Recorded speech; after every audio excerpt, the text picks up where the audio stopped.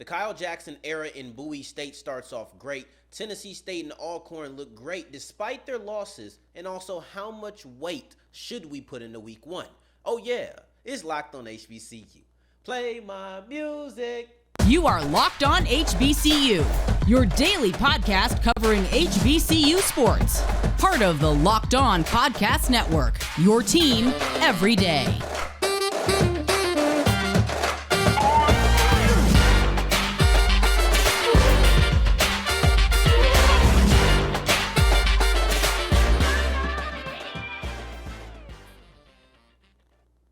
What's going on, family? Welcome back to another episode of the Locked on HBCU podcast, your number one.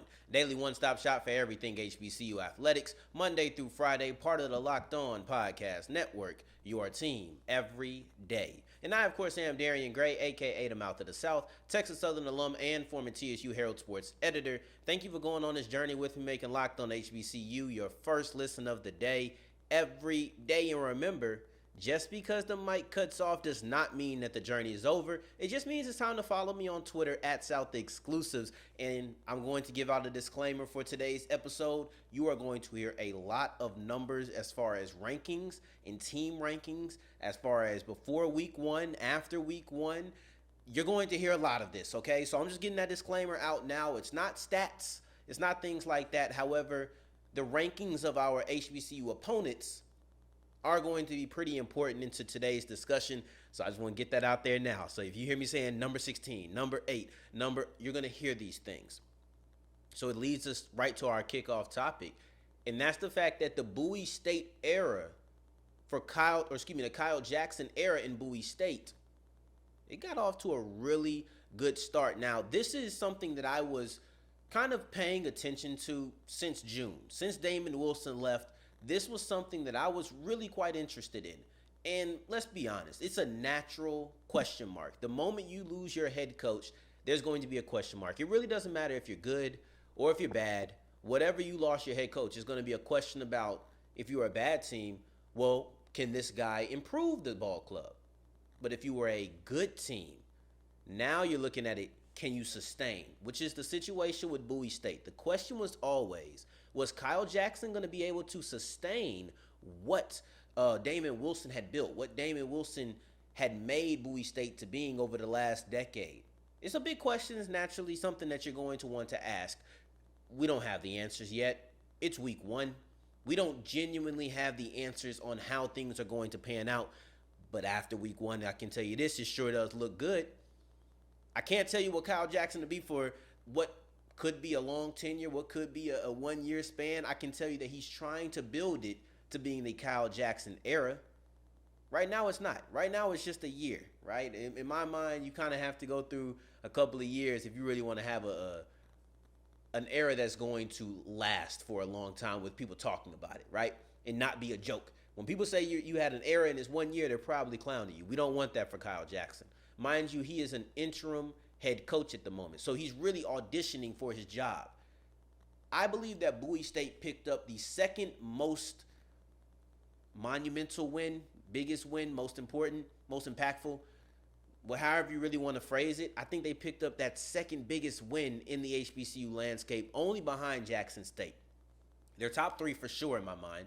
It's between them and then also Central. I thought North Carolina Central picked up a really big victory over North Carolina A&T, and something where we're going to have to find some time to talk about that, right? However, I gave them the edge for a couple of reasons. And whichever way you go, I'm not mad at you. But I gave Bowie State the edge for a couple of reasons. One, it was the first win of the season first win for Kyle Jackson, period, as a head coach. Then secondly, who they beat and then how they beat them. Right? It's always important to get that season off to a good start. But those latter two that I named, who they beat and how they beat them, could really impact whether or not this is a Kyle Jackson year or a Kyle Jackson era. And I think that if this first week is any indication, we're looking at a potential era when we're talking about Kyle Jackson. Now, who they knocked off, and I told you, we're going to have some rankings come in here, but they just knocked off the number 16 team in the nation in the D2 ranks in New Haven. And how they beat them was a comeback victory, right? So beating good teams is not a prerequisite to being a good team. You only play who's on your schedule. Me personally, I rank that high, right? And it doesn't always work out that way. I thought the Rams had a terrible record in the regular season against good teams. They come out and they win a Super Bowl. So it doesn't always work 1-1, but if you are a question mark team, if you're not some team that is already solidified as a quality team, and then you don't beat any quality teams, I might question you. But when you have games like this on your resume, it helps make it a little bit more believable that you are a quality contender. And they had expectations. I'm not going to say it was unanimous, but I do believe the general consensus was that Bowie State is going to be a good team. You know, they still had top 10 rankings. They were still expected to win the CIAA. They're expected to be quality. This win says, oh, those people who expected that are right. It doesn't silence the doubters, but it does go a pretty long way. So we talked about who they beat, the number 16 team in the nation, the top 20 team, nearly top 15 team. So we know that's a pretty good victory. It's a pretty good victory, especially in your first game. But how did they do it? And they won the game with a lot of resilience. Now, to me, I thought the fourth quarter was a very resilient moment for them, but even larger than that, or I guess really not larger than that, but smaller than that when you look within the end of the game. The fourth quarter itself really showcased a lot of resilience. However, you look at that final drive, if you just want to boil it down to a drive instead of a quarter, because they scored 20 points in the fourth, but if you really want to boil it down to that last drive, that's where I felt like you really saw this team bounce back. You make your money in the fourth quarter, and when you can have a minute and a half left on the clock and you need points, you're down by 1. It's not a situation where, okay, they won by 7, but it wasn't as if they don't score, they're going into overtime. No, you need points. You need it. And what do? You go to your quarterback. You got to drive 70 yards with a minute and a half left on the clock. You got to go to your quarterback. It's not much time to run. He got 1 rush off. Everything else was throws. Five completions on that drive to drive down over 60 yards, right? And his last 3 passes are really where you want to point to, and you really know that you need it. You go 20 yards, 16 yards, 9 yards. If it's not a first down, it's a touchdown. In college, of course, every first down is going to stop the clock.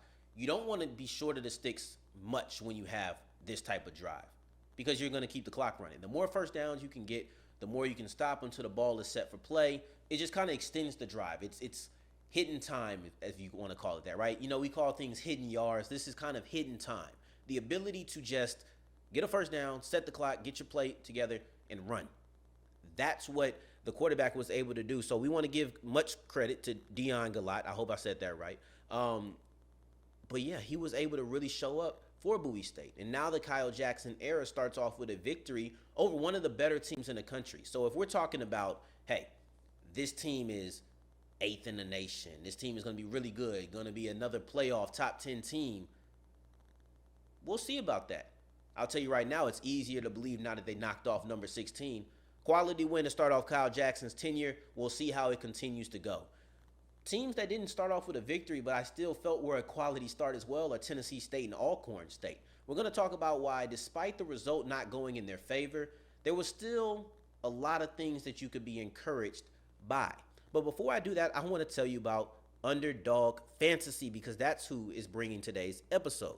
This episode is brought to you by Underdog Fantasy, the easiest place to spice up your college football season. And I emphasize easy because it truly is just that easy to get started and play while you watch your favorite team. Now, easy access, easy functions, that's always something that's going to be great. However, they've been focused on building superior products for a fun user experience, once again, for your own benefit, and then a customer service support team that is absolutely top notch. And anytime I've had a difficult experience, anytime I needed something to get worked out, always had it done immediately. I never had a prolonged issue with Underdog Fantasy. Now, I want you to sign up with the promo code LOCKED on, and Underdog will double your first deposit up to $100. So if you deposit $100, you're going to get $100 free. Go to UnderdogFantasy.com or to the Underdog Fantasy app in the App Store or Google Play.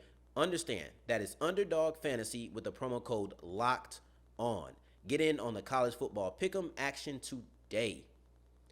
As we keep on rolling on today's episode of Locked On HBCU, I appreciate you for making us your first listen of the day. Every day, and today's word of the day is assiduous, meaning showing great care, attention, or effort. Now, Alcorn and Tennessee State, they didn't get the job done in week one. I understand that. However, there was a lot of things to be encouraged by.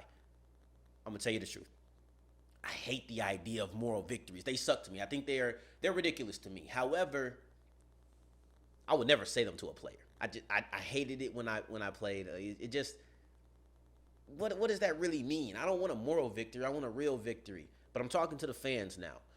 If you have a way to say moral victory without saying those two words, please let me know in the comments, because I would love to never have to say that again. So just let me know what you think is a good substitution for that. However, the truth of the matter is that's kind of what this is. It wasn't a victory on paper, but as a fan, you should be encouraged with what your team did. I believe that even in a loss, they established themselves as a player in the FCS conversation. And that's because of who they lost to and how they played them. So there is reason to be optimistic. Let's start off with Tennessee State, because Tennessee State actually, no, I want to start off with Alcorn, right? I'm a SWAT guy. Let's start it off with the home side. I feel like Alcorn State was so close until a very late interception by Aaron Allen, who is only in his first start. I think he's going to get better. He did some things well. He had 2 touchdowns on the day. They were very close to knocking off Stephen F. Austin. Stephen F. Austin came into the game as the number 10 team in the nation. They are currently ranked as the number 18 team in the nation. So no matter which way you try to flip it, they're still a top 20 team. You're looking at a very quality ball club, and I think some people might have looked at the loss against Jacksonville State and maybe thought, oh, yeah, this team isn't this, that, and the third. No, they still had a lot of things that you're going to be excited about. They still have a really good wide receiver over there. This is a quality game, a quality matchup. So when you play a team like this close, this is what true SWAT contenders are supposed to look like, right? Like I said, Aaron Allen is in his first game as a starter taking over for Felix Harper. And I trust Fred McNair to be able to come out and get his offense together. It might not have been the quarterback running the show this time. It might not have been. It was the run game. So when I'm talking about McNair, Coach McNair, it's not as if I'm just saying, hey, he has to make a SWAC player of the year. I made that comparison before. I talked about how Felix Harper actually took over for a former SWAC player of the year, but it doesn't have to be that way, right? Instead, you can go and knock it out with the running game, and that's Jarveon Howard. 200 yards, 199, but come on, man, 200 yards on the day, 21 carries, nearly 10 yards a pop. You're looking at a running back who was really decisive, a running back who really kept that offense going. And if you're dealing with a quarterback who's just now getting into the rhythm of being a starter, let's not depend on him to have to put up 300 yards on a weekly basis. Now, I don't think that Howard's going to run for 200 on a weekly basis. However, you do know that you have a quality running back who is able to get you some yards. That's going to ease your transition into having a new quarterback without putting all the pressure on Allen immediately. Now, I can't talk about running the ball and then have Tennessee State in the same topic and not naturally transition into Devon Starling. This guy here, he ran for 207, so he was able to cross that 200 threshold, and I felt as if his performance to me, and I don't know, look, this could be one of those things that just fell in Coach George's lap. But according to Coach George, he benched Starling to light a fire underneath him, right? So we know Starling is a really good running back, and we knew that coming into it. However, he didn't have the greatest preseason practice, so he didn't start the game.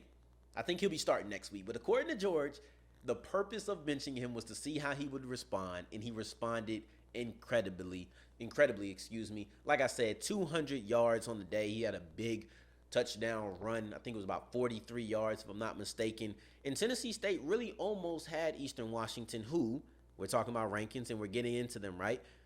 Number 12 team in the nation right now. Number 13 at the time that they played the game. So this was a quality team that people knew were going to be a challenge.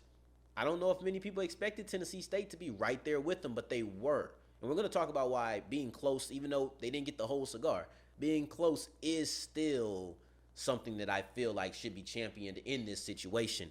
And I know I said I hate the moral victories, but it is what it is. Kind of the theme of it. We just won't say it anymore. But overall, you look at Draylon Ellis, who came in his first start, an Austin Peay transfer, his first start for Tennessee State, because he was already one of the better players in the conference. So this first game, he started off well. He ended well. That middle, there were some ups and downs that they're going to try to clean up as we go to Jackson State, and that's our game of the week.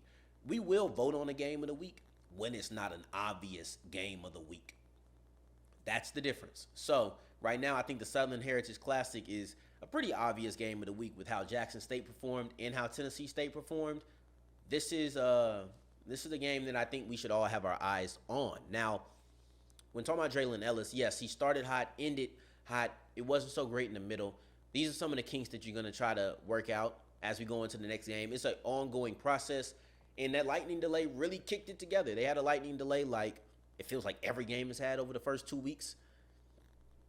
But with that, they were able to get it together, and their passing game came back, and they were firing on all cylinders again. Now, to me, these type of games against the top-level FCS opponents are the type of games that I want us to play. First and foremost, please understand this is not shady. I understand a lot of fans of other universities point fingers at certain universities and say, oh, that team needs to play. No, I'm talking about if you feel like you're a top-tier team in the SWAC, MEAC, OVC, Big South, CAA, I guess the Big South not for long with A&T leaving. However, I just feel like some of the better teams in these conferences should use out-of-conference games as a bar. I think these are the type of games that we should play. These are the type of games that can be a measuring stick. We don't need to only use our peers, our conference members as measuring sticks. We can also use some of the other teams because at the end of the day, I won't speak for everybody, but for me, I'm heavy on respect. So I want the respect of everybody in the FCS. I want everybody to know that a Jackson State is really that good. I don't want them to say, oh, well, they just playing X, Y, and Z. No, I want them to say, all right, Jackson State is really that good. They came out and beat a team like, I don't know, South Dakota. I'm just throwing somebody out there, right? Or they beat SFA or somebody like that. I want those type of conversations. If Jackson State doesn't want to do it, that's fine. It's not a shot at them. I think that everybody should create the schedule how they want to. Jackson State's playing Campbell this year, and Campbell is picked to be second in the Big South. So let's not act like Jackson State isn't scheduling people. I just think that these type of games are good bars when you're trying to measure how good you really are. So I love this. Instead of some of these FBS teams, like let's keep it top of the FCS, maybe even some group of fives, but you got to know who you are. And schedules are made years in advance. So it's not as if this is a situation where every single year you're picking these guys. But I'll tell you why I should be a little bit optimistic about each team, or why you should be. With Alcorn, I compared it to Grambling, right? So Southern, whatever, man. Get them out of here. They played an NAIA team. I don't know how much I can take from that other than I know that they're focused. They're mentally prepared for the season. Grambling, they played an FBS team. I do not feel like they fared like a top team in the SWAC should fare. I won't compare the two results of the game because they're completely different opponents. However, I will say that in this game, Alcorn played how a top-level SWAC team should play against a top-tier FCS team. That's the type of game that they were playing, and that's the type of result I felt like we saw. I feel confident saying that, okay, Alcorn is going to be good. Alcorn is going to do certain things when it comes to at the end of the year. I feel comfortable saying Alcorn is going to be fighting for a SWAC West championship when I don't really feel that way about Grambling. I can't say that the whole time, or at this time, I should say. Then with Tennessee State, they're projected to be middle of the pack. Well, if they're middle of the pack, the OVC is going to be a pretty good conference, judging by this. Eastern Washington is a top 15 team, and they took them down to the wire, and their quarterback probably didn't play the best that he can play. It's not as if, oh, this is just the best that Draylon Ellis would be. No, I think we have much better from Draylon Ellis in store, and he didn't play that way, and you still got that type of performance from Tennessee State. So you see it, a really good quarterback who we've seen play, so I can still call him that. You're looking at Devon Starling, who was co-OVC Player of the Week. Yeah, these feel good. I feel good going into the next couple of weeks, but this is just week one, and I have a question that I think needs to be answered. How much stock should we put into week one? I'm going to tell you about that as we continue with Locked On HBCU. As we wrap up today's episode of Locked On HBCU, we're going to answer the question that I just posed. How important, how much stock should we put into week one matchups? And honestly, they matter, right? Because it's like, how much do they really matter? They matter a little bit, right? Because at the end of the day, a game is a game. You never want to lose. However, it really depends on who you're playing. Because I'm not going to judge a team that's playing Alabama the same as I'm going to judge a team that's playing, I don't want to say a school that's bad, Alabama Regional, right? So I'm not going to, let's just throw something out there. I'm not going to judge these two matchups the same. I'm just not. Because the result is completely different. You know what I mean? South Carolina State just played UCF. That's a tough game. They didn't fare well, but I'm not going to judge them the same, right? Only reason I really judged Grambling was because they had a lot of penalties that I felt showed undisciplined, or a lack of discipline, excuse me. So that's what I'm looking at. And the reason I don't judge these too much is because in week one, you come out a certain kind of way. You're going to come out, you might come out hot. Like you have those people who come out with everything they plan on doing. This is the type of team I want to be. But like Mike Tyson said, everybody has a plan until they get punched in the mouth. It's really that simple. And eventually you're going to get punched in the mouth. You're going to come out and establish what your first plan of action is. How do you want to win?